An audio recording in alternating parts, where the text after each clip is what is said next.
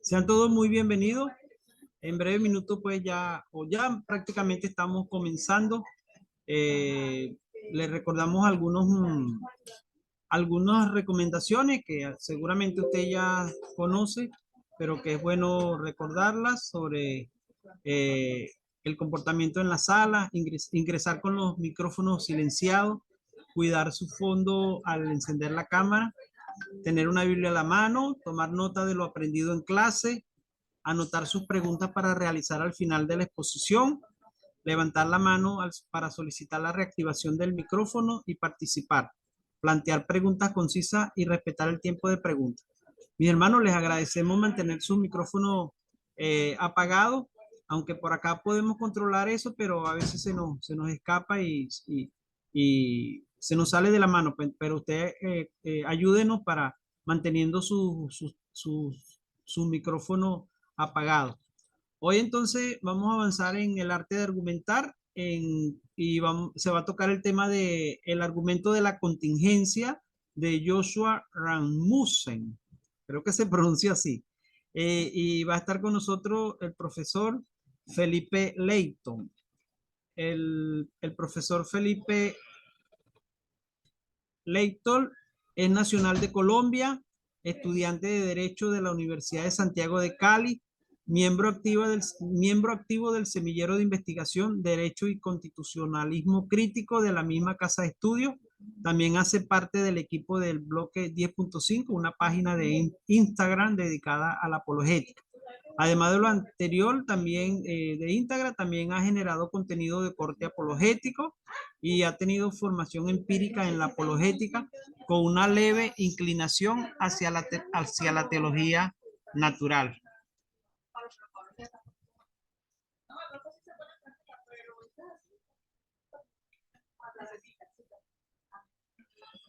Muy bien, entonces vamos a darle entrada a nuestro hermano para que inicie y le vamos a compartir una filmina que él va a estar también compartiendo con nosotros. Adelante, mi hermano.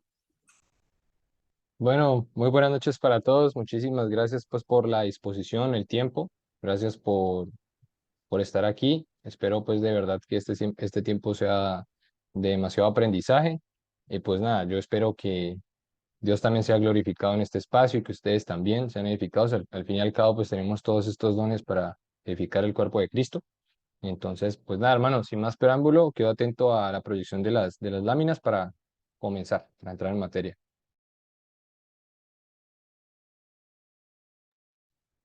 Ok, bueno, hoy vamos a presentar el argumento de la contingencia o también se le llama desde la contingencia de Joshua Rasmussen.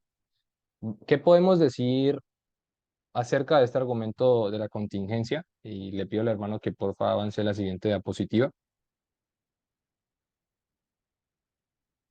Podemos hablar un poquito acerca del autor. Tal vez es muy común escuchar a Alvin Plantinga, es muy común escuchar a William Lane Craig, a JP Moreland, pero cuando nos mencionan a Joshua Rasmussen, particularmente por el apellido, uno dice, uy, ese apellido, bueno, no lo he escuchado y tras de eso no sé quién es la persona que ha escrito este argumento.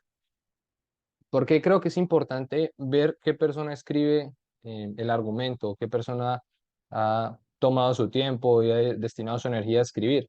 Porque dependiendo de la formación de esta persona, asimismo va a ser la línea de argumentación que elija el filósofo o el pensador o el apologeta para desarrollar sus argumentos. Como ustedes pueden ver, Rasmussen tiene un doctorado en filosofía, su área de especialización es la metafísica, ¿sí?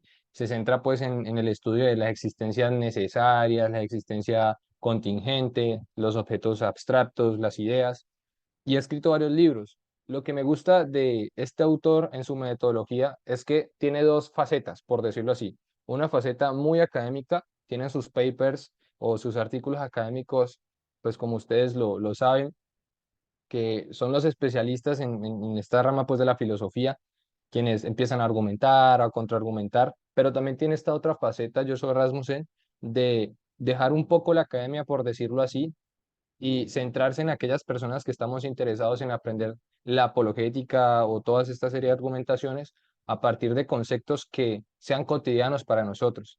Entonces de ahí han salido varios libros, por ejemplo, cómo la razón puede llevar a Dios. Básicamente lo que hace Rasmussen, en vez de hacer como un argumento lleno de premisas, premisa uno, premisa 2, premisa 3, lo que hace Rasmussen es hablarnos de cosas importantes de la vida y cómo eso de alguna otra manera se conecta con lo que nosotros consideramos el teísmo, ¿sí? Y ya pues a partir de ahí se argumenta a favor del teísmo cristiano. El puente de la razón también son 10 pasos que cómo nosotros podemos llegar a Dios o a la existencia de Dios. Y ya pues también tiene su parte un poco más técnica, que es la existencia necesaria, o qué es eso de la existencia necesaria. También tiene, digamos, un intercambio con una persona que es atea, si mal no recuerdo, se llama Felipe León. Entonces Felipe León y Rasmussen en uno de sus libros empiezan a debatir sobre cuál es la mejor explicación de las cosas, si Dios o algo que no sea Dios, ¿sí? A partir del naturalismo. También algo que me agrada muchísimo de este filósofo es que en el ministerio ha escrito con su esposa y su familia, digamos que obviamente ha visto el testimonio de este hombre, pues porque al fin y al cabo es importante saber quién hay detrás de los tantos libros. Y él escribió un libro con la esposa, básicamente es una teodicea de cómo nosotros reaccionamos frente al dolor humano o las cosas malas que suceden. El libro más o menos se traduce así, cuando el cielo invade el infierno o vence el infierno. Es más o menos así. Y obviamente también tiene su parte académica con otro libro que se llama La teoría de la correspondencia de la verdad. Entonces, ¿por qué es importante conocer el perfil de la persona? Vemos que está enfocado en la metafísica analítica. ¿Esto qué quiere decir? Que en los argumentos vamos a ver que la persona es muy metódica y va a definir las palabras que son importantes. Y esa es la estructura que vamos a seguir. Vamos a definir conceptos que son importantes o cosas que se deben tener en cuenta antes de entrar a las premisas. A veces uno ve el argumento cosmológico Calán y quiere aprendérselo de una, pero no se da cuenta que antes de llegar a las premisas tienes que asumir muchísimos conceptos, como por ejemplo ver una teoría sobre el tiempo, eh, de dónde viene el Kalam, ¿sí? Por ejemplo, ustedes saben que el argumento cosmológico Kalam lo empezaron a, digamos, como a hablar de ellos los árabes en su momento, Al-Ghazali. Entonces es importante tener todo, en cuenta todo este contexto, pues para hablar propiamente de los argumentos. Y una cosa es como escribía Tomás de Aquino, una cosa es como escribe Plantinga, una cosa es como escribe C.S. Lewis y otra cosa es como escribe Rasmussen. Y en Rasmussen, para efectos pues de esta conferencia, vamos a tomar un poco esa faceta sin dejar al lado lo técnico de cómo Rasmussen ha bajado ese concepto a nosotros, aquellas personas que quizás no tenemos una formación tan robusta en filosofía. Porfa, hermano, la siguiente diapositiva. Entonces, como les decía, vamos a hablar de conceptos importantes. Hay dos conceptos que creo que para este argumento son importantes y si mal no recuerdo, creo que el teólogo Néstor les habló del argumento de la contingencia, pero de Leibniz, ¿cierto? Y probablemente ustedes escucharon conceptos como seres necesarios y seres contingentes. Básicamente podemos decir que seres necesarios son aquellos que existen por su propia naturaleza y no tienen una explicación externa a su existencia. En otras palabras, no pueden no existir. Entonces aquí aparece pues, el concepto filosófico que nosotros sostenemos, que es Dios. Para Dios pues es imposible no, bueno, de otra manera no puede no existir, o es imposible su no existencia. Y aparecen los seres contingentes. Por seres contingentes estoy dándome a entender aquellos que su existencia se explica a partir de causas externas a sí mismos. Ellos pueden existir como no existir. Un ejemplo claro es, por ejemplo, Mm, ¿quién les está hablando aquí? Un ser contingente. Probablemente si mis padres no se hubieran conocido, no estaría hablándoles a ustedes del argumento de la contingencia de Joshua Rasmussen. Y en el caso de los seres necesarios, ahí aparecen también, y esto es importante, los números, ¿no? El uno, el 2, el 3 o una verdad necesaria, ¿no? Uno más uno es 2, ¿sí? Y eso no puede ser 3 por la necesidad de su propia naturaleza. Entonces, creo que es importante tener en cuenta estas cosas porque al menos en el área en el que yo, por la gracia de Dios, he podido moverme, hay una parte del derecho, y aquí hablándoles un poquito del derecho laboral, que se habla de las contingencias, ¿no? Ah, no, mire, pasó una contingencia en esta empresa y tenemos tal situación con tal trabajador. Para efectos de este argumento, no entendamos contingencia como un accidente o como un imprevisto, nada de esas cosas, sino contingencia, como les mencioné anteriormente, hablando pues de un carácter ya metafísico de la existencia de las cosas. si esas cosas se pueden explicar por su propia naturaleza o no. Si no se pueden explicar por su propia naturaleza, pues tenemos que acudir a una causa externa. ¿Listo? Esto creo que es importante. Hablemos un poquito ahora del argumento. Ese argumento pertenece a la familia de los argumentos cosmológicos y pretende concluir que un fundamento pues supremo de la realidad, o sea, de naturaleza necesaria. Este algo, si se quiere, explica la existencia de todas las cosas contingentes. ¿En qué se diferencia el argumento entonces de Rasmussen y el argumento de Leibniz? Y eso lo podemos ver a continuación. Dale, hermano, porfa. Y yo creo que una de las grandes diferencias del argumento de Rasmussen con el argumento de Leibniz es obviamente la metodología, pero también los conceptos empleados. Si bien es cierto, ustedes pueden ver que cuando les hablaron de Leibniz, en Leibniz está implícito el principio de razón suficiente. Entonces, básicamente este principio dice que todo lo que existe, ojo con esto, tiene una explicación o razón suficiente de su existencia de atributos, de por qué es así. Y algunos agregan otra información, o bien en la necesidad de su naturaleza, o bien en una causa externa. Si ustedes quieren ahondar un poco en estos conceptos, que son netamente filosóficos, les invito a que visiten el canal de Filoadictos, de Adictos a la Filosofía, del doctor en filosofía Enric Gel Fernández. Él tiene un video específico donde nos habla del principio de razón suficiente y también de otros principios que son importantes para el filosofar, el pensar. Ahora, es importante también tener en cuenta que toda causa es vista como una explicación, pero no toda explicación es una causa. La pregunta es ¿por qué? Bien, porque recuerden ustedes que los seres, en este caso necesarios, no son causados por alguien, por una causa externa, valga la redundancia, sino que se explican en su propia naturaleza. Y a eso le decimos pues que sí, toda causa es una explicación, pero no toda explicación es una causa. ¿Por qué? Porque para explicar nosotros los seres necesarios no tenemos que acudir a una causa externa, sino simplemente mirar que la explicación de su existencia está en la necesidad de su propia naturaleza. Aquí tenemos a la proposición uno más uno es igual a 2, ¿sí? O por ejemplo, el concepto del triángulo. Un triángulo debe tener sí o sí tres lados para hacer un triángulo. Y eso, a eso, hermano, le conocemos como verdades necesarias, ¿no? No pueden ser de otro modo. Teniendo en cuenta todas estas cosas, hablamos entonces de que Rasmussen nos plantea el principio de explicación. Entonces, el principio de explicación no es teísta, no es ateo, no es agnóstico, no, es una herramienta metodológica que él va a emplear para construir su argumento. Ahora sí, ahora vamos a hablar de ese principio. Una vez que él establece qué herramienta va a utilizar para construir su argumento, él presenta el argumento desde la contingencia, donde aparece el concepto de seres necesarios, aparece el concepto pues también de la contingencia, y luego de que termina de argumentar, llega a una conclusión y empieza a hablar de que un fundamento, ¿sí? Y empieza a hablar de esa naturaleza del fundamento, que la naturaleza del fundamento no, que es ilimitado, que tiene un poder insuperable, no, es eterno, tiene existencia independiente, y Rasmussen a eso le llama la teoría del fundamento, ¿sí?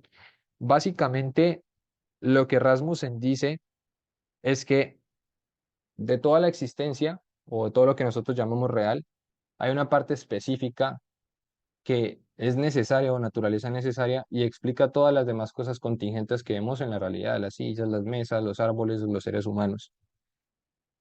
Eh, Dale, hermano, siguiente diapositiva, porfa. Y aquí empezamos a hablar entonces del principio de explicación. Rasmussen dice, para cualquier hecho f, si una explicación de f es posible, entonces una explicación de f se puede esperar o es esperable. Como habíamos dicho, este principio de explicación es muy diferente al principio de razón suficiente. El principio de razón suficiente es un poco más fuerte e incluso puede tener mayores ataques, ¿sí? Mayores contrarreformulaciones si se quiere, pero el principio de explicación es un poco más modesto y nos permite evitarnos ciertas argumentaciones en contra, como las que le hacen al principio de razón suficiente, algunos que no lo aceptan, ¿no? Pero Rasmussen dice, lo que dice es muy sencillo. Si una explicación de f es posible, solamente necesitamos que sea posible, entonces podemos esperar una explicación de ese fenómeno, ¿no? De f. Para el caso en el que estamos, la existencia de los seres contingentes. Eso lo podemos encontrar en un libro que se llama Argumentos de la Teología Natural o Argumentos Contemporáneos de la Teología Natural, específicamente en el capítulo donde Joshua desarrolla su argumento. Entonces, dale, hermano, la siguiente diapositiva, porfa. Es importante tener en cuenta de que este principio de explicación, obviamente no lo aceptamos porque sí, sino que Rasmussen da unas, si se quiere, una especie de argumentación, y él dice que el principio de explicación tiene una capacidad de predicción. Es decir, básicamente nosotros cuando argumentamos o pensamos sobre alguna cosa en específico, nosotros hacemos ciertas inferencias y decimos, pasó esto, pasó A, pasó B, puede pasar C. Entonces, el principio de explicación dice es, puede haber una explicación del por qué está sucediendo esto. Así como la ley de la gravedad predice los casos de atracción gravitatoria, P puede predecir, perdón, muchos casos de explicación. Entonces, y esto es importante, aunque existiera a manera de ejemplo un objeto que pudiera desafiar esa ley de la gravedad, ello no implica que esa ley se pueda aplicar a los demás objetos. El hecho de que de pronto pueda haber una especie de excepción a ese principio, o sea, esto no tiene explicación, no quiere decir de que para todo lo demás no haya una explicación. Joshua Rasmussen también dice que este principio de explicación está implícito en la práctica científica. Entonces, si en el caso, pues les comento un poco la experiencia que he tenido en un semillero de investigación. eh, a nosotros lo que nos enseñan es jóvenes, investigadores, estudiantes que se están preparando para investigar todas estas cosas, particularmente el mundo jurídico, es preguntar el por qué o el para qué de las cosas. Y si yo investigo, yo presupongo que voy a generar un conocimiento nuevo, porque yo hago una pregunta orientadora de investigación y lo que yo pretendo es responderla y con esa respuesta generar nuevo conocimiento. Si yo no asumo que posiblemente pueda haber una explicación para un fenómeno, en el caso que les digo jurídico, entonces en vez de yo generar conocimiento, lo que generaría es incertidumbre.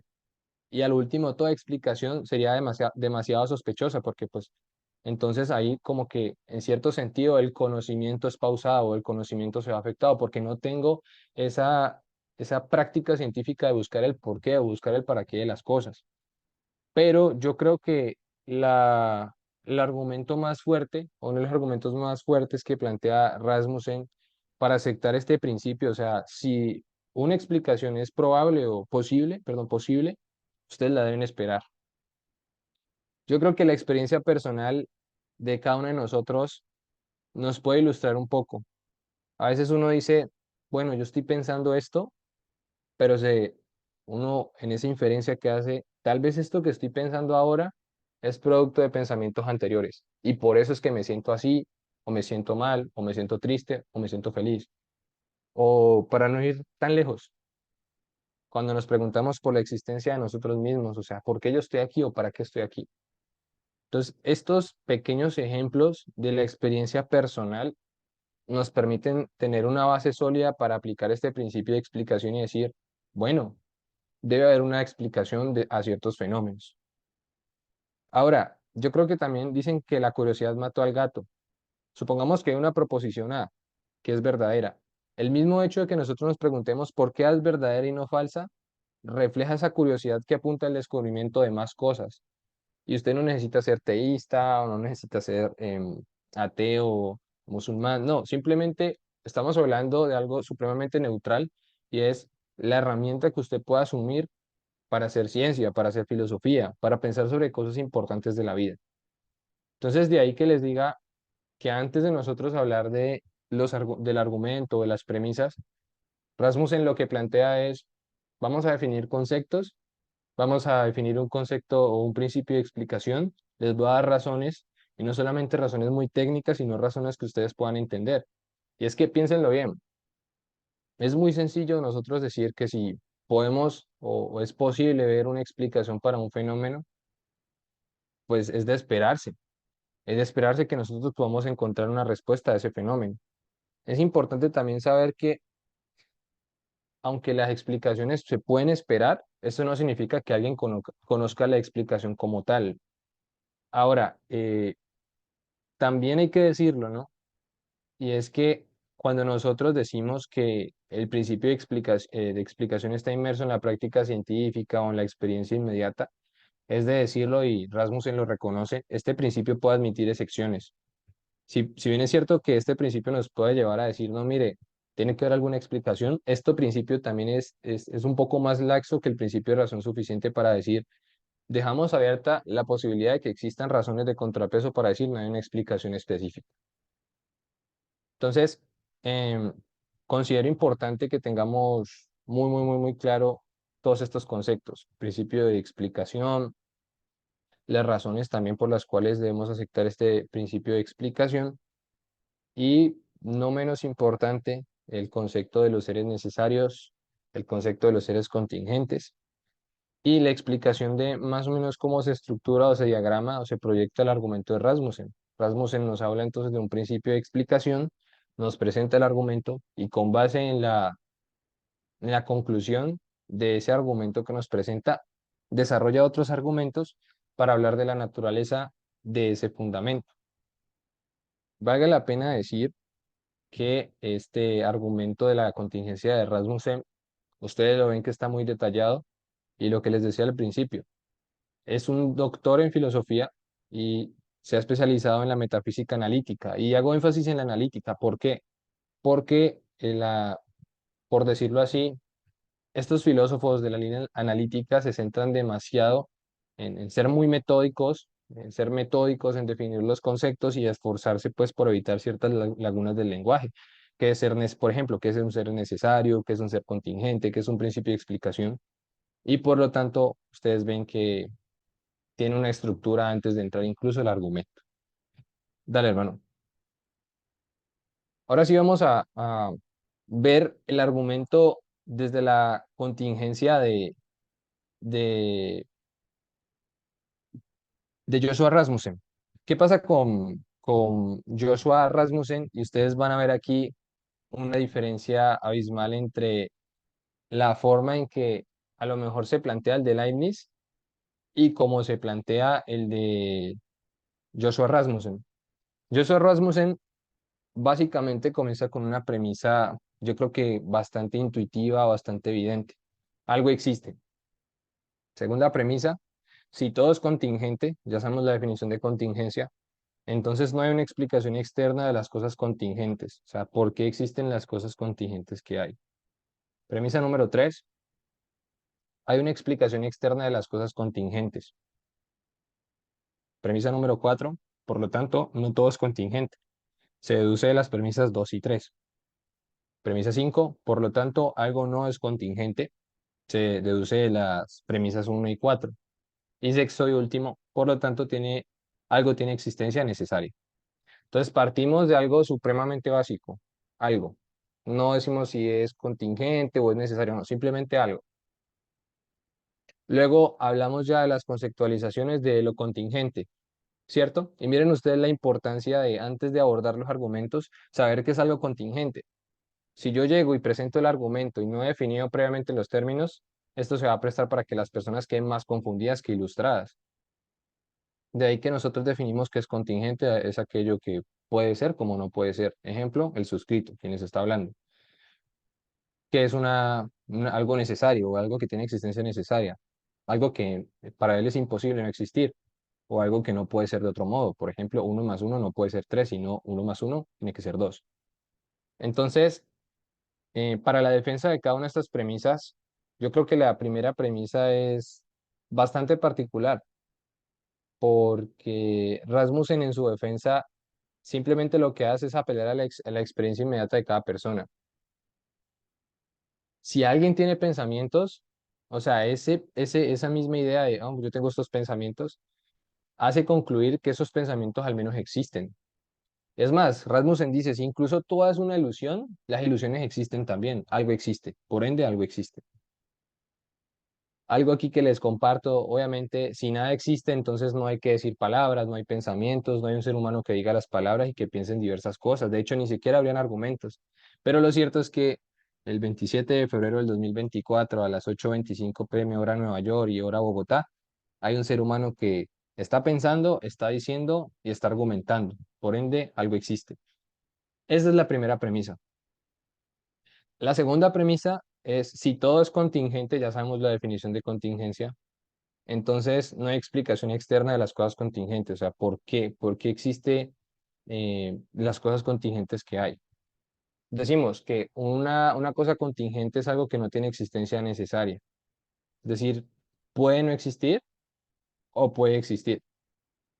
Entonces, si nada tiene existencia necesaria, no hay explicación externa para el hecho de las cosas contingentes.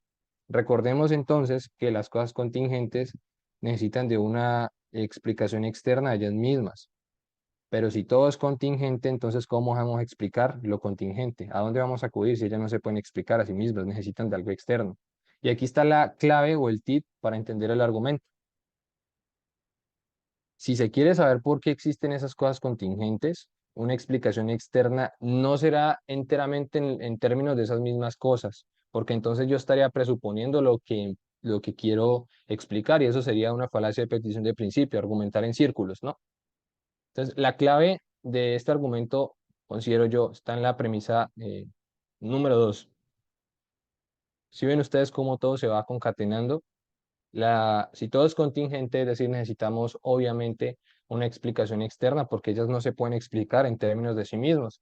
Como por ejemplo, cuando digo que existen los perros, para explicar los perros o la existencia de los perros, no puedo hablar todo en términos perrunos, por decirlo de alguna manera. Debo hablar del universo, debo hablar del medio o de la biosfera o del medio pues donde los perros pueden crecer, pueden reproducirse o las tortugas pueden reproducirse y no puedo explicar todo en términos de tortugas, por un ejemplo burdo que les doy.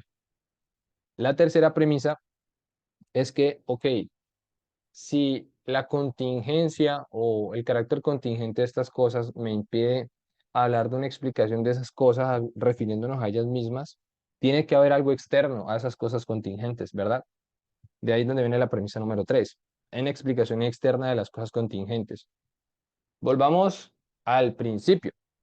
Ahí está bien la diapositiva, no digo solamente que recordemos y han tomado apuntes, que el principio de explicación nos dice, para cualquier hecho f, en este caso, el hecho de que existan las cosas contingentes que hay, si una explicación f es posible, entonces una explicación f es esperable. En pocas palabras, lo que nosotros decimos es que bajo el principio de explicación, hecho f, es decir, la existencia de todos los seres contingentes, lo que nosotros debemos esperar es que haya una explicación, pero esa explicación no puede ser en términos de lo mismo que yo pretendo explicar porque sería argumentar en círculos, al menos para este caso. Entonces, debemos buscar una explicación externa de ese hecho, ¿sí? Entonces, una vez que nosotros pasamos de la explicación externa de las cosas contingentes, vamos a la premisa número 4, por lo tanto, no todo es contingente, en efecto. Quinto, algo no es contingente por las razones que les propuse anteriormente. Y sexto, por lo tanto, algo tiene existencia necesaria. Entonces, defendemos las tres primeras premisas y ahí se desprenden las otras tres. Claro, efectivamente no todo es contingente, porque si todo fuera contingente, pues hombre, no podríamos explicar esas cosas contingentes que existen. Obviamente, por lo tanto, algo no es contingente. Y sexto, por lo tanto, algo tiene existencia necesaria. Básicamente, Joshua Rasmussen termina su argumento ahí. Termina no totalmente el argumento, pero sí la mitad. Eh, Ustedes pueden leer el argumento, releerlo, aprender ciertos conceptos que son importantes. Y fíjense, claro, hay una explicación externa de las cosas contingentes, porque esas cosas no pueden explicarse por sí mismas. Sería argumentar en círculos, ¿verdad? Y no sería una buena argumentación. Entonces debe haber algo que no sea contingente y que por lo tanto sea necesario, porque o es necesario o es contingente. Y la premisa 6 que se desprende es la conclusión, por lo tanto algo tiene existencia necesaria. Hasta ahí, todo muy bien, pero Rasmussen dice, listo, llegamos a la conclusión de que al menos hay algo que es necesario y explica las cosas contingentes. Explica por qué Felipe Leighton está hablando aquí. Explica por qué Felipe Leighton les está hablando de la contingencia y está reconociendo que su ser es necesariamente contingente. Pero Rasmussen, hermano, por favor sigue la siguiente diapositiva. Rasmussen plantea la siguiente pregunta y es, ¿qué más puedo decir sobre ese algo necesario? Llegué a la conclusión de que algo necesario, un fundamento, listo, está muy bien, súper. Pero ¿qué puedo decir sobre ese algo necesario? ¿Qué características? Entonces Rasmussen lo que dice es lo siguiente. Él plantea que ese fundamento tiene existencia independiente. Entonces, él dice, y la letra N que aparece ahí es el total de todo lo que existe necesariamente. Es para argumentar a favor de que ese fundamento tiene existencia independiente y no depende de algo más, desarrolla el siguiente argumento. Premisa uno, N es la totalidad de lo necesario por definición. 2, ninguna realidad necesaria es anterior a la totalidad de las cosas necesarias, de las realidades necesarias, perdón. 3, ninguna realidad contingente es anterior a la totalidad de las cosas necesarias. 4, lo que les decía ahora, todo es necesario o contingente. Conclusiones, por tanto, ninguna realidad es anterior a n. Sexto, por tanto, la existencia de n no depende de ninguna realidad anterior. En resumidas cuentas, con este argumento que presenta Rasmussen, lo que dice es, la realidad contingente necesita de una realidad necesaria, pero la realidad necesaria no necesita de una realidad anterior. En otras palabras, la realidad contingente necesita una realidad necesaria para existir. No obstante, la realidad necesaria no necesita de una más para poder existir. Por lo tanto, Rasmussen concluye, la existencia de n, o sea, todas las cosas necesarias, no depende de ninguna realidad anterior. Entonces, ese es el primer paso que Rasmussen establece, que ese fundamento tiene existencia independiente, es decir, no está sujeto a, por ejemplo, en el caso que les doy de los perros o de las tortugas o de los podemos nosotros hablar de las plantas, no están sujetos a un ecosistema, por decirlo así, la existencia de un ecosistema, la existencia de las condiciones necesarias para la vida. Y creo que ustedes tal vez ya vieron el argumento teleológico, o no sé si lo han visto. Tal vez estar sujeto a que ciertas condiciones de este universo se ajusten para que haya vida, ¿sí? Entonces, la realidad, o todo lo que dice Rasmussen con N, que es la realidad, todo lo que existe necesariamente, no depende de todo esto, ¿sí? No depende de estas condiciones previas. Siguiente diapositiva, por favor. Rasmussen también dice que n es eterno en este sentido, o sea, n nunca llega a existir ni deja de existir. Ojo con esto, no puede no existir. Rasmussen dice, todo lo que llega a existir o deja de existir puede dejar de existir. 2, n no puede dejar de existir, puesto que n tiene existencia necesaria. 3, por lo tanto, n no puede llegar a existir o dejar de existir. Cuarto, todo lo que no puede existir o dejar de existir es eterno. Quinto, por lo tanto, n es eterno.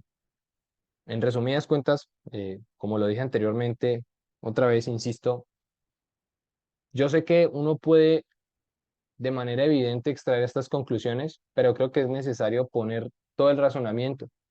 ¿Por qué? Porque si a mí me dicen, ok, tiene que haber un fundamento necesario, yo infiero, por lógica, que debe tener existencia eterna, que debe ser independiente. Sin embargo, como les decía, Erasmus en su metodología establece todos los pasos para llegar a las conclusiones y creo que es, es algo que nosotros deberíamos tener en cuenta y más si estamos hablando del arte de argumentar en esta serie. ¿Por qué yo digo que tiene existencia eterna? Ah, eso no, mire, dedúcelo. Pero cuando nosotros deducimos, nos olvidamos muchas veces que detrás de esas deducciones hay hasta 5 6 7 8 9 premisas y no nos hemos dado cuenta. Ya la siguiente diapositiva, hermano, por favor. Y aquí empezamos a tener como ciertas particularidades también del argumento de Rasmussen, porque él dice que el fundamento no debe tener una naturaleza limitada y me produce pues cierta impresión la forma en que Rasmussen argumenta, porque él dice que para hablar o ver por qué n no es una tortuga, introduzca ahí cualquier objeto, una silla, un pato, eh, no sé, un perro. Él dice que ver por qué n no es una tortuga, un pato, un perro, ayudará a ver otras cosas acerca de n. Entonces dice Rasmussen, toda tortuga es dependiente, ya dijimos, perro, gato, silla. 2, n es independiente, hablamos de la existencia independiente. 3, por lo tanto, n no es una tortuga. Y aquí Rasmussen establece unas particularidades de su argumento. Él dice que algo que se llama principio de diferencias irrelevantes y límites. Y aquí tenemos otra diferencia con los argumentos cosmológicos desde la contingencia. Él dice que las diferencias de las tortugas, tamaño, forma, capacidad alimentaria, la forma en que se reproducen, etcétera, son irrelevantes para explicar una diferencia con respecto a la dependencia de condiciones previas. No importa si la tortuga es muy grande, no importa si es muy pesada, no importa si el perro es de una raza imponente. Lo cierto es que dependen de condiciones previas. Entonces, si una tortuga depende de una condición previa, lo que Rasmussen trata de argumentar aquí es que todas esas tortugas o estos perros son dependientes por igual. Entonces, la pregunta aquí es, ¿por qué el filósofo nos empieza a hablar de otros términos, de otras, de tortugas, de perros? Pues es que básicamente lo que quiere Rasmussen es decir que ese fundamento no tiene los límites que tienen estas tortugas o que tienen estos perros. Tamaño, color, alimentación. Entonces, si n es independiente, obviamente no depende de nada, pero lo que nosotros traemos a colación o lo que inferimos aquí es que si n es limitado, obviamente, pues no depende de algo más. Sin embargo, mientras no haya una razón especial para nosotros tratar a las cosas contingentes como algo que no son, es decir, por ejemplo, tratar a una tortuga como si fuera algo necesario, y aquí entra otra vez el principio de explicación. Si no tenemos una razón para decir de que esa tortuga es necesaria o es diferente o es especial, el principio de explicación nos lleva a decir de que tenemos que tratar todas las cosas iguales en la medida de lo posible. Y aquí vemos una gran distinción entre n y una tortuga, entre n y un perro, entre n y una vaca, entre n y un ser humano como el que les está hablando. Entonces, si no hay un argumento a favor de que me permita decir por qué Felipe Leighton es especial y debemos hablar de él de manera necesaria, el principio de explicación nos dice que si yo tengo las particularidades de medir uno yo no sé qué, 1,79, 1,80 o de ser de Colombia, que cada una de esas cosas son irrelevantes para determinar eh, si dependo o no de una condición necesaria. Por otra parte, nosotros tenemos que n es independiente y por lo tanto m al ser independiente no depende obviamente de un estado anterior. Y además de eso, dale hermano a la siguiente diapositiva. Rasmussen también argumenta que esos límites, por ejemplo, el color, la estatura, todas estas cosas establecen unos límites arbitrarios sobre esas cosas contingentes. Entonces, si, por ejemplo, yo tengo un atributo básico, por ejemplo, la altura, pero no la tengo en un grado máximo, entonces soy un ser imperfecto y soy limitado. Y Rasmussen argumenta, todo lo que es limitado, tortugas, jirafas, cubos, puede tener una explicación externa. No importa si es una jirafa muy grande, no importa si es muy pequeña. Dos, n no puede tener una explicación externa. Tres, por tanto, n no es limitado en su naturaleza básica. ¿Por qué Rasmussen habla de los límites? Porque es que esos límites son los que permiten diferenciar al fundamento de los demás seres contingentes, seres limitados al espacio, seres limitados al tiempo y seres que son limitados, por ejemplo, por el color, la edad, e incluso hasta podríamos hablar un poquito acerca del contexto geográfico en el que nacen las personas. Entonces, de ahí nosotros decimos que este fundamento no tiene ninguno de estos límites, que sí tienen las cosas que son denominadas contingentes. Y aquí, estimados, tenemos una gran diferencia de este argumento con respecto a los argumentos de, por ejemplo, de Leibniz. ¿Qué decimos entonces?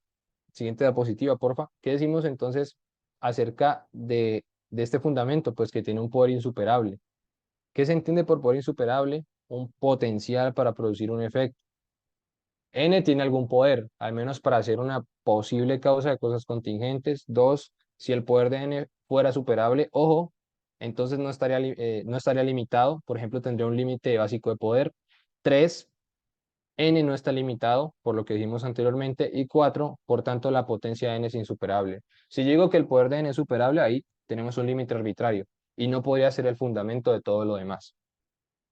También podemos decir en la siguiente diapositiva que este anterior, porfa, que este ser, o bueno, no llamémosle ser, este fundamento, posee una naturaleza suprema. El argumento que hace Rasmussen es el siguiente: lo que no es supremo es limitado. Edad, el tiempo, el contexto geográfico, la estatura. Dos, todo lo que es limitado podría tener una explicación externa. Acuérdense del principio de explicación. Está limitado, y si no tenemos un argumento que nos permita pensar diferente de eso, pues podemos decir que tiene que haber una explicación. Tres, es inconcebible que n tenga una explicación externa, por lo que hemos dicho anteriormente. Cuarto, n es supremo. Entonces, cuando el filósofo dice supremo, quiere decir la cualidad de ser máxima con respecto a las propiedades positivas. ¿Y qué es una propiedad positiva? Es una propiedad que contribuye al valor intrínseco de una cosa. Por ejemplo, el conocimiento hace que una persona obviamente tenga un valor intrínseco, la moralidad, la bondad, la fe, la esperanza. Y pues ya que estamos hablando un poquito de estos valores, la mansedumbre, la templanza, piénsese, para hablar un poquito acerca de las escrituras, lo que dice Gálatas 5, 22, 23. Amor, gozo, paz, paciencia, benignidad, bondad, fe, mansedumbre, templanza. Todas estas cosas podrían ser una propiedad positiva.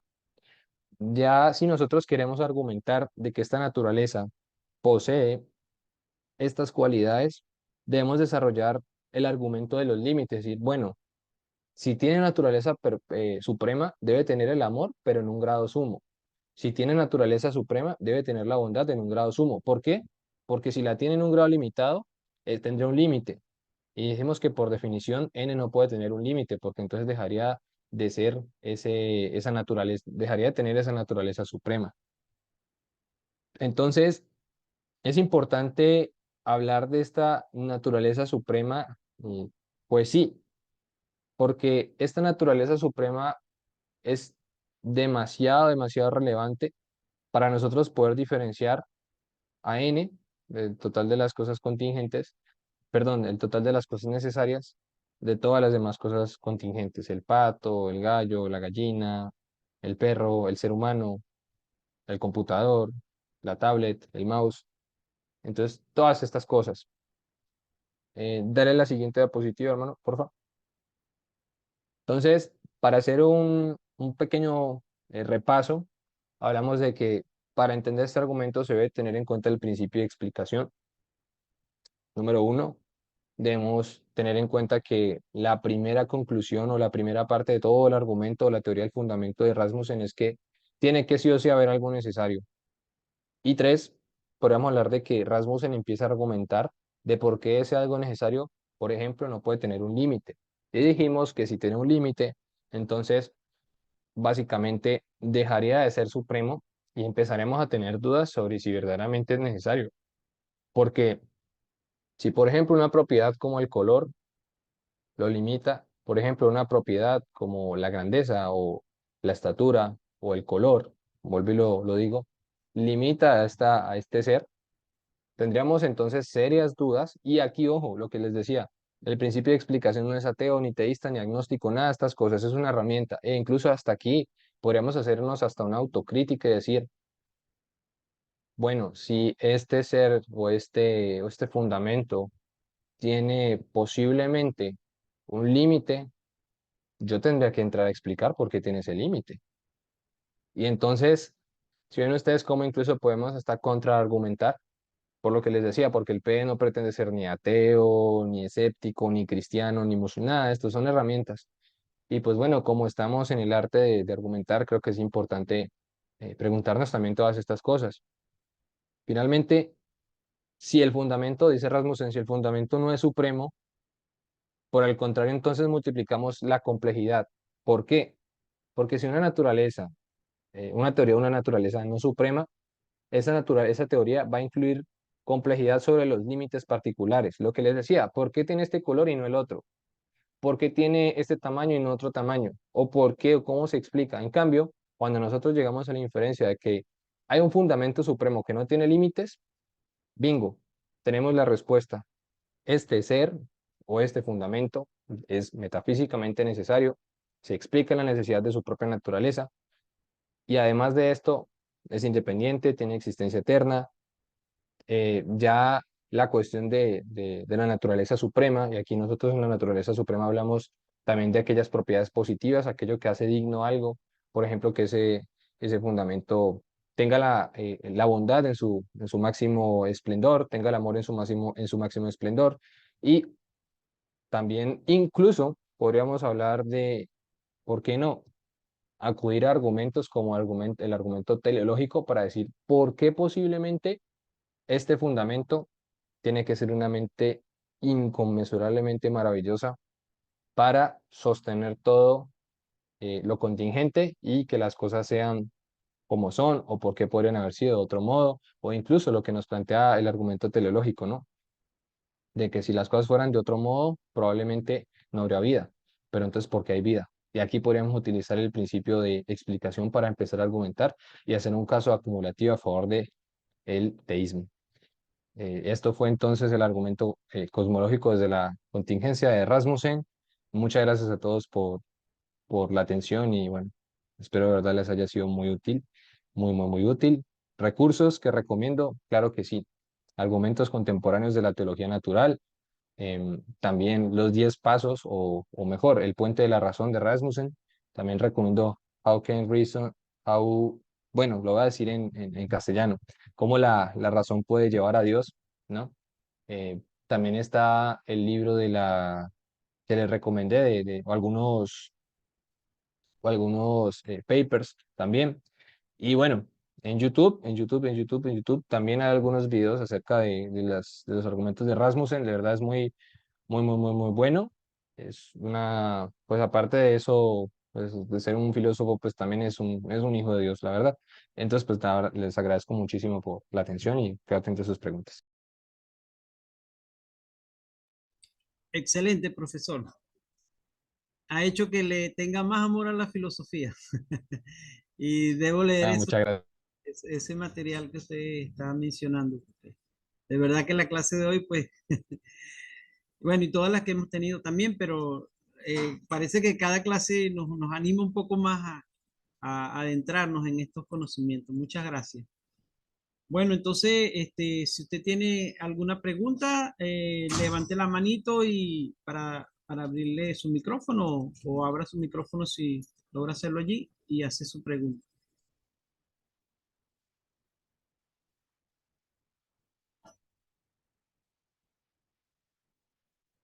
Bueno, no, mientras, aquí está Melvin con la primera pregunta.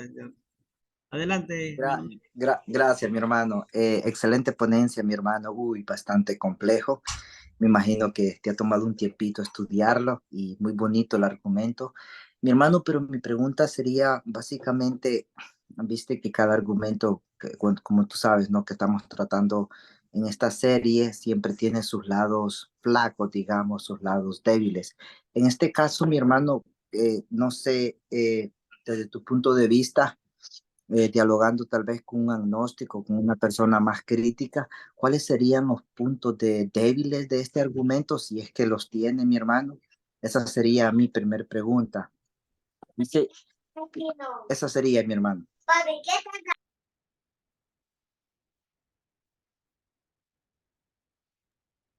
Muchas gracias, Melvin. Y no sé si Gloria me al Señor. escuchaste la parte final. Sí, ¿Sí? sí te escuché, claro. Ok, y segundo, mi hermano, este argumento, para serte sincero, yo no lo había escuchado anteriormente, no es tan famoso, digamos, como el argumento de contingencia de Leibniz o de Anselmo, el ontológico. Será mi hermano porque es muy reciente, será por eso que no ha llegado, digamos, o no ha penetrado dentro de la apologética de América Latina, o será que estoy un poco desactualizado. Bueno, eso sería, mi hermano. Ay, bendición. Amén, Melvin. Igualmente. Sí, yo creo que respondo a la segunda pregunta. Yo creo que si hay algo que permite al ser humano establecer barreras es el idioma. Y yo creo que el idioma sí o sí, de alguna otra manera, te complica acceder a ciertos campos de conocimiento. Por dar un ejemplo, muchos de los papers, los artículos de Rasmussen, por no decir que todos están en inglés. Cuando tú vas a ver la apologética que, por ejemplo, hay en Estados Unidos o en parte de Europa, los textos están en inglés y salen, por ejemplo, en el 2010 el libro, y ya cuando llega a Iberoamérica, por allá salió en el 2010 el libro y a Iberoamérica llega en el 2020. 10 años después llega la traducción. Y resulta que ese argumento, tanto teístas como no teístas le han dado vuelta, lo han maciado, y ya 10 años después llega acá a Iberoamérica. Y entonces te salta aquella persona que a lo mejor tiene ese acceso, pues esa facilidad con el inglés y te dice, no, eso ya lo refutaron. O no, eso ya pasó de moda. No, mira que es que el mismo autor se retractó de su libro. Entonces yo creo que esa es una de las razones por las cuales es tan difícil encontrar material. Y por no, por dar otro ejemplo, por ejemplo, han escuchado a Richard Swinburne. Yo creo que tal vez algunas personas han escuchado a Richard Swinburne. Te das cuenta que los libros de Richard Swinburne están en inglés. Por ejemplo, te das cuenta que algunos libros de Alvin Plantinga, buenísimos, están solamente en inglés. Te das cuenta también que los libros de Tim McGrew, que es uno de los apologistas, digamos, reconocidos en el área de la defensa de los evangelios, los milagros, están en inglés. Tal vez tienes algo de Michael Licona, tiene las traducciones de Kerigma, muy bueno, pero no solamente Michael Licona ha escrito sobre la resurrección y sobre los milagros o sobre la historicidad de los evangelios. Tienes, por ejemplo, a Tim McGrew, a su esposa, a Leah McGrew, y son personas que tal vez uno no ha escuchado, pero yo creo que el idioma definitivamente sí o abre o cierra la puerta al conocimiento, definitivamente. Y la primera pregunta, sí, desde luego. Yo creo que uno de las partes débiles, como todos los argumentos teístas y ateos tienen, es el problema pues que hay de la existencia de Dios y la existencia de las entidades abstractas como los números, los conjuntos y las relaciones pues que se establecen entre estos números. Por ejemplo, yo les decía que 1 más 1 es 2 necesariamente. Te das cuenta también que el 1 tiene existencia necesaria y no puede no ser. El 2 tiene existencia necesaria y no puede no ser. Entonces uno llega a preguntarse, decir, bueno, y si decimos que Dios es necesario, ¿qué hay de los números? O sea que los números no dependen de Dios. Entonces, claro que hay respuestas y se han proporcionado grandes respuestas, pero pues aún sigue habiendo ese debate, ¿no? De cuál es la relación entre Dios y los objetos abstractos o los conjuntos o los números. Entonces, una respuesta que daba William Lane Craig hace poco, él hacía la distinción entre lo necesario y la aceidad.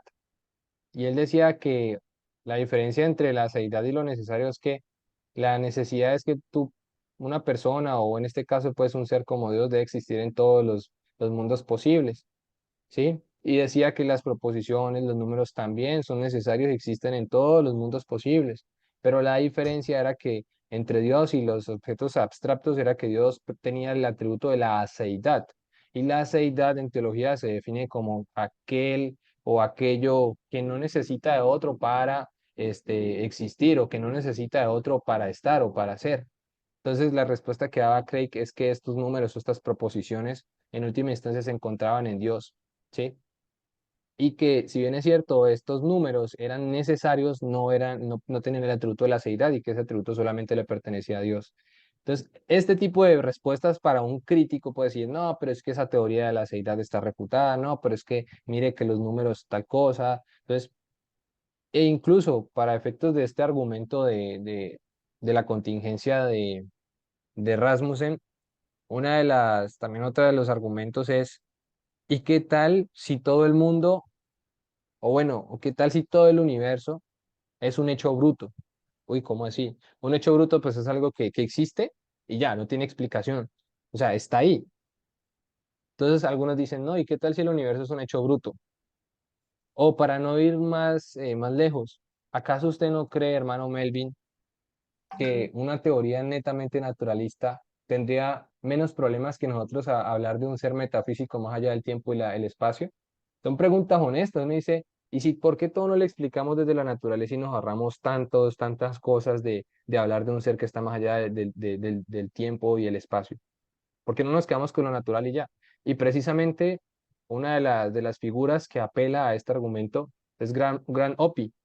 Granopi dice que el naturalismo se debe elegir por encima del teísmo, porque creemos o porque él considera que el naturalismo es más sencillo, es más simple. Entonces, este tipo de argumentos creo que uno debe tomárselos seriamente, reflexionarlos, repensarlos. Y obviamente también la respuesta que Rasmussen le ha dado a esta argumentación de por qué el teísmo también puede estar peleando con el naturalismo y ser sencillo, es que en última instancia los dos agregan complejidad. Uno agrega complejidad en los límites naturales, porque si todo lo explico en términos naturales, ¿por qué entonces tiene este límite y no otro? ¿Sí ves? Ya empiezas a agregar más complejidad. ¿Por qué tiene este tamaño y no este otro tamaño? ¿Y por qué las cosas son así? Entonces llega el teísta y dice, no, yo tengo esta propuesta, digo que es un ser de existencia necesaria, independiente del tiempo, del espacio, pero entonces llega el ateo y te dice, ah, sí, y bueno, ¿y qué hay sobre las teorías del tiempo? ¿Y qué hay sobre el concepto de necesidad? ¿Y qué hay sobre el concepto de aceidad? Entonces te das cuenta que en última instancia las dos posturas agregan complejidad al asunto. Gracias, mi hermano, gracias por tu respuesta, muy, muy compleja, mi hermano, perdón. Y lo otro que me llama la atención que mencionaste es esa barrera que tenemos, ¿no? O sea, que en Latinoamérica pues estamos, digamos, súper atrasados en, en literatura, en conceptos, en teorías, en posturas, dada la barrera del idioma, ¿no? Incluso creo que ministerios como el de Jorge Gil, Cross Examen Español, están haciendo un trabajo enorme en tratar de traer ese material necesario o ese que nos hace falta, que todavía no lo tenemos en español para todos los que están ahorita en preparación, ¿no? Y bueno, eso, mi hermano, orar para que Dios abra puertas a las editoriales. Y bueno, muchísimas gracias, mi hermano. Dios te bendiga. Amén, amén. Muchas gracias, Melvin. Aquí les quería mostrar algo. Este libro se llama Fundamentos Filosóficos por una Cosmovisión Cristiana. ¿Cuánto tiempo tuvimos que esperar para que este libro llegara a nuestras manos? Por darles un ejemplo, ¿cuánto tiempo tuvimos que esperar para que Fe Razonable llegara en castellano hasta Colombia, hasta México, hasta Perú, hasta Bolivia, hasta Venezuela, hasta Chile? ¿Cuánto tiempo tuvimos, no solamente esto, sino cuánto tiempo tuvimos que esperar para que las librerías cristianas se dieran cuenta que existía este tipo de literatura? Esos son problemas que enfrenta de verdad, al menos esta parte del mundo, ¿no? O enfrentamos en esta parte del mundo. Profesor, me animé a hacer una pregunta. Bueno, dos preguntas. Aprovechando que nadie más levantó la manito. Cuando usted hablaba en su exposición, cuando usted decía, presentaba los seis argumentos de la contingencia, donde decía el número dos, si todo es contingente, entonces no hay una explicación externa de las cosas contingentes, de por qué existen las cosas contingentes que hay. Acaba la pregunta y la tratábamos con el profesor Néstor también, pero vamos a ver cómo usted lo enfoca, ¿verdad? Y si alguien dijese, bueno, eso existe porque no hay explicación de su existencia, existe y ya. Esa sería una de las preguntas. La otra es referente al punto 6 que dice, por lo tanto, algo tiene existencia necesaria. Si alguien dijera, sí, es correcto, pero ese algo que tiene existencia necesaria, vamos a decir, negándose a la razón de Dios, puede ser una partícula cuántica, puede ser, qué sé yo, un quark, un protón. Esas serían más o menos las dos preguntas. ¿Cómo lo enfocaría usted allí? Bueno, en la primera pregunta yo creo que, perdón, en la segunda, comenzamos con la segunda. Es típico, la verdad eso es típico, esa objeción, y esa objeción viene de personas que, aunque a veces lo nieguen, están muy permeados por el cientificismo, ¿sí? O se reduce a la ciencia o al conocimiento valioso, es el que proporcionan las ciencias empíricas, las ciencias duras, ¿no? El cientificismo duro. Y claro, se intenta apelar a las famosas partículas que saltan del vacío y empiezan a hablarle a uno de todas estas teorías cuánticas. Y yo me pregunto también si realmente eso lo vimos en el colegio o será que de pronto solamente lo aprendimos por videos bueno, tuvimos alguna formación, pero hablamos como si fuéramos unos expertos y no, que las partículas saltan del vacío. Bueno, aquí yo creo que nosotros tendríamos que dar una respuesta desde los fundamentos o presupuestos filosóficos que asume la ciencia, ¿no? Primero, uno de los presupuestos que asume la ciencia para hacer ciencia, o se asume para hacer ciencia, es que el mundo real puede ser conocido, ¿sí? Yo puedo examinar el mundo real y obviamente hacer inferencias a partir de los resultados que yo obtengo del mundo real, pero yo estoy asumiendo que antes de hacer ciencia existe algo que pretende de alguna manera, o bueno, es algo que me impide o me saca la idea de que todo esto pueda venir de la nada absoluta, ¿sí? Porque yo estoy, lo que dice Rasmussen, algo existe. Y si yo asumo que la realidad puede ser conocida, lo mínimo que estoy asumiendo es que hay un contexto y que yo puedo examinar como científico. Entonces, lo primero es para descartar la idea de la absoluta nada, ¿sí? Porque eso es un concepto filosófico tremendamente profundo. Pero yo lo que le plantearía a esta persona, y aquí acordándome un poco, no sé si han tenido la oportunidad de revisar el libro de tácticas de Gregory Kokkol. Él empieza a hablar de la táctica Colombo, de la importancia de hacer preguntas. Sí, y yo lo que le haría a esta persona mi interlocutor es, o sea, ¿cuál teoría, exacto, táctica, sí, cuál teoría física o cuál teoría científica actual está respaldando la idea que tiene esta persona? Además de eso, yo sería un poco más atrevido y le diría, vale, si la ciencia es provisional o tiene límites, también muéstrame un poco acerca de esas debilidades que tiene esta teoría. Ah, no, pues que pueden haber más teorías. Yo, muy bien, eso era lo que necesitaba. Pueden haber más teorías que expliquen la realidad científica o el devenir o este conocimiento científico, ¿sí? Lo primero que yo haría es hablar de los presupuestos filosóficos de esa teoría que está asumiendo la persona para hablarme, porque siempre, siempre, siempre se está presuponiendo, por ejemplo, que hay un principio que no se puede negar, o si yo quito este principio, se me desbarata toda la teoría. Entonces, hablando ya particularmente de las partículas que saltan al vacío y todas estas cosas, yo haría la inferencia de si esa partícula tiene la capacidad o el poder para crear algo o para traer algo a la existencia. Esa es la pregunta que yo haría. O sea, listo, tú me hablas de la partícula, pero ¿qué relación causal tiene esa partícula para traer vida?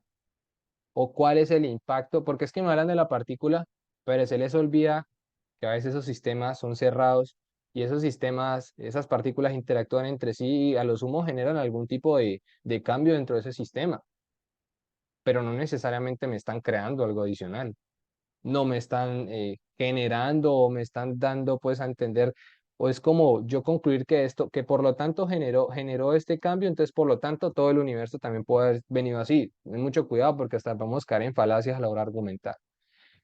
Lo otro, la otra pregunta, hermano, no sé si me la podría recordar un poco, es que la verdad la olvidé, sobre, ¿era la premisa 6 me decía? La número 2, que dice, si todo es contingente, entonces no hay explicación externa de las cosas contingentes, de por qué existen las cosas contingentes que hay. Si alguien argumentase, la pregunta es, si alguien argumentase, no, no hay explicación, están allí porque están. O sea, no hay explicación, solo existen, más nada. Sí. Ah, vale, listo. Eso se llama, o eso es considerado por algunos filósofos como los hechos brutos, ¿sí? Entonces, dicen, bueno, ya sea que ubiquemos esa brutalidad en Dios para utilizar el concepto, o en el universo, dicen estas personas, pues, hombre, algo debe ser último. Entonces, ¿por qué el universo no podría ser la realidad última y bruta? Básicamente lo que, y hablando pues de esta línea, o sea, la que me estoy viendo, que es de Rasmussen, yo lo que comenzaría a hacer es analizar la naturaleza de ese famoso hecho bruto. Es decir, así como Rasmussen empleó pues diversos argumentos para hablar de la naturaleza de ese hecho, de ese universo, yo también haría lo mismo con lo que la persona me esté planteando. Entonces vamos a ver, vamos a utilizar un argumento mm, que acudimos a la ciencia, hablar de que en sí mismo ves que el universo está constantemente cambiando y eso ha implicado que depende de un estado anterior para poder cambiar. Ves que un ecosistema reacciona de una manera y luego de otra, pero resulta que muchas veces esa reacción posterior tuvo que haber sido producto de una reacción inmediatamente anterior.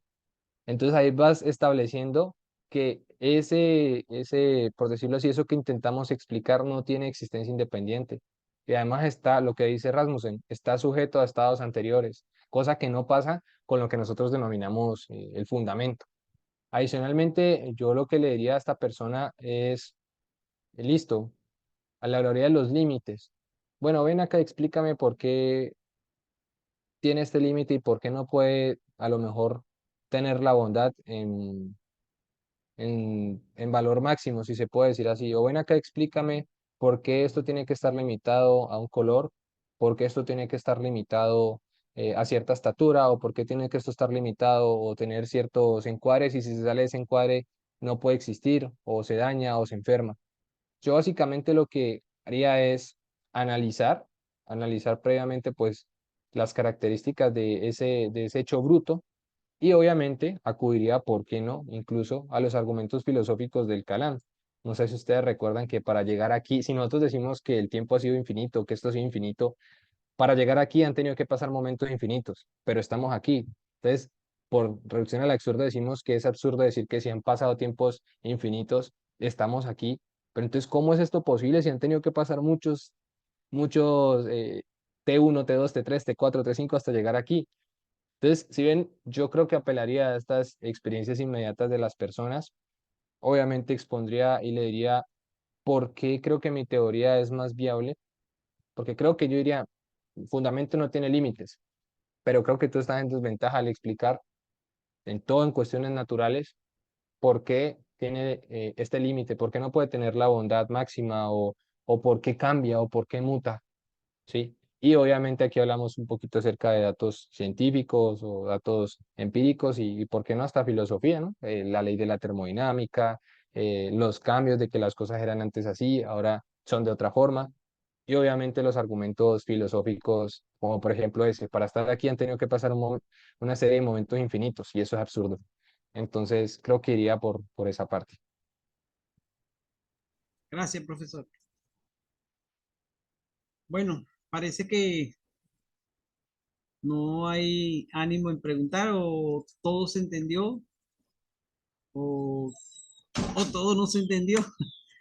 No, yo creo que sí se entendió. O sea, como le estaba diciendo, esto anima a uno en verdad a prepararse, a mirarse todo lo que nos falta por conocer y para estar preparado y presentar una fe, un argumento razonable de nuestra fe. Gloria al Señor. Gracias por profesores y hermanos como usted mismo. Muchas gracias a ustedes por la invitación, todos los hermanos, de verdad, Dios les bendiga muchísimo. Y recuerden que la, lo importante de todo esto es servir al cuerpo de Cristo, y también, pues de alguna manera, llevar a las personas que de pronto en su momento tuvieron estas dudas, ¿por qué no ayudarles? Sí, eh, sé que muchas personas, bueno, eso es multifactorial de por qué la gente abandona pues la fe y todo esto, pero definitivamente también hay casos serios donde creo que el razonamiento o los pensamientos tienden a impactar la fe de las personas, ¿no? Por ejemplo, las preguntas sobre la resurrección, sobre si hay vida después de la muerte. Yo creo que son dudas sinceras que debemos abordar, y recordar pues que esto es para la gloria de Dios, y yo de verdad les felicito a todo el equipo de Razón y Creencias por el trabajo que están haciendo. Le pido a mi Dios que los bendiga, y como dice el apóstol Pablo, ¿no?, puedan experimentarlo cuán ancho, cuán profundo y cuán grande es el amor de conocer, el amor de Cristo, ¿no?, que se revela en las Escrituras. Entonces, pues nada, muchas gracias a todos los hermanos por el tiempo. De verdad, el Señor los bendiga. Y sí, tengo por ahí redes sociales, por ahí está mi Instagram. Muchas gracias, profe. También el Instagram de la página que administramos con unos amiguitos míos. Bueno, eso sería todo y muchísimas gracias. Mi hermano, permítame. Bueno, primero darte las gracias, mi hermano, por estar aquí, y antes de despedirme, pues hacer un pequeño anuncio, recordarle todos los hermanos que están siguiendo la serie que la próxima semana vamos a traer al director de Fe Razonable en Latinoamérica, Jaramillo. Él nos va a traer otro argumento. Y bueno, yo he recomendado ya anteriormente, pero para los que están nuevos, los que están ingresando por primera vez, quiero recomendarle este librito que se llama Cómo Pensar, que el hermano es muy básico, pero muy básico. El hermano Juan Valdés empieza desde cero para empezar a hacer buenos argumentos.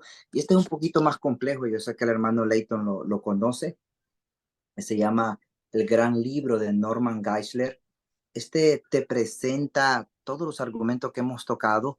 Este hermano se toma el tiempo en explicarte bien detalladamente y bueno, como siempre, introductorios, pero bueno, lo recomiendo, por si acaso no lo tienen. Y mi hermano Leighton, muchísimas gracias, mi hermano, por tomarte el tiempo de estar con nosotros, de haber estudiado este argumento. Te deseamos que el Señor te siga bendiciendo, dando sabiduría y esperamos primeramente en un futuro, mi hermano, tenerte nuevamente por aquí. Y te pediría, mi hermano, que nos despidieras en una oración y también a los hermanos que estuvieron, pues que sigan el material que el hermano Leighton está subiendo. Bueno, realmente creo que ahorita estás un poquito inactivo en la página bloque, pero creo que vas a volver, ¿no? Y bueno, síganlo si les gustó el material del profesor. Y bueno, por favor, profesor, si nos puedes despedir con una oración para que Dios nos abra nuestro entendimiento y podamos pues adquirir este conocimiento y ponerlo también al servicio de nuestro Dios. Gracias, profesor, y gracias a todos. Gracias a todos ustedes. Claro que sí, vamos a orar. Señor Dios Todopoderoso, en el nombre de Jesús, te damos gracias. Gracias por este tiempo que nos permitiste compartir aquí en comunidad, en coinonía, Señor, los unos con los otros. Te agradezco a título personal por esta oportunidad tan grande que me das de compartir este conocimiento. Al fin y al cabo, Señor, todo esto es para tu gloria, todo esto es para tu honra, para edificación de tu cuerpo, Señor Jesucristo.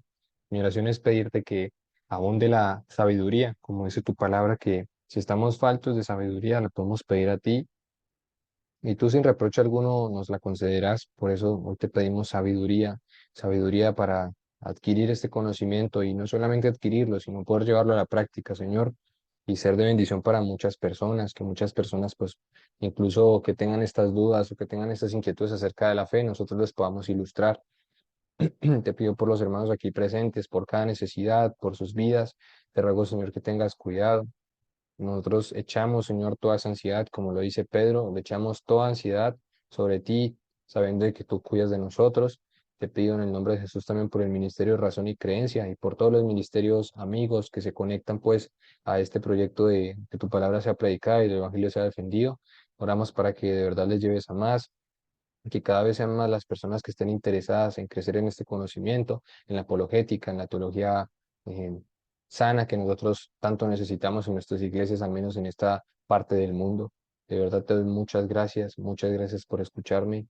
Todo esto te lo pido en el nombre de Jesús, creyendo, Señor, que cuando nosotros te pedimos a ti, recibimos nuestro gozo, es completo, como lo dijiste un día en el Evangelio de Juan, que pidamos para que nuestro gozo sea completo. Te damos gracias porque sabemos que tú estás en medio de nosotros, estás haciendo cosas maravillosas en medio de nosotros, en medio de nuestras familias, y aún tenemos la esperanza de que algún día, Señor, experimentaremos lo mucho que han escrito o que escribieron estas personas, Señor, inspiradas por tu Espíritu Santo. Como dice Pablo, esas cosas que ojo no vio, ni oído escuchó. Y aún, Señor, que si nosotros hoy hablamos de un argumento que por ejemplo, dice que lo que nosotros llamamos Dios tiene un poder insuperable. ¿Por qué no algún día estar frente a ti, poder experimentar ese poder insuperable, pero ese amor en grado máximo, ese amor sin límites, Dios? Te agradecemos en el nombre de Jesús. Amén. Gracias, mi hermano. Gracias a todos, mi hermano. Gracias, hermano Rafael. Pueden prender su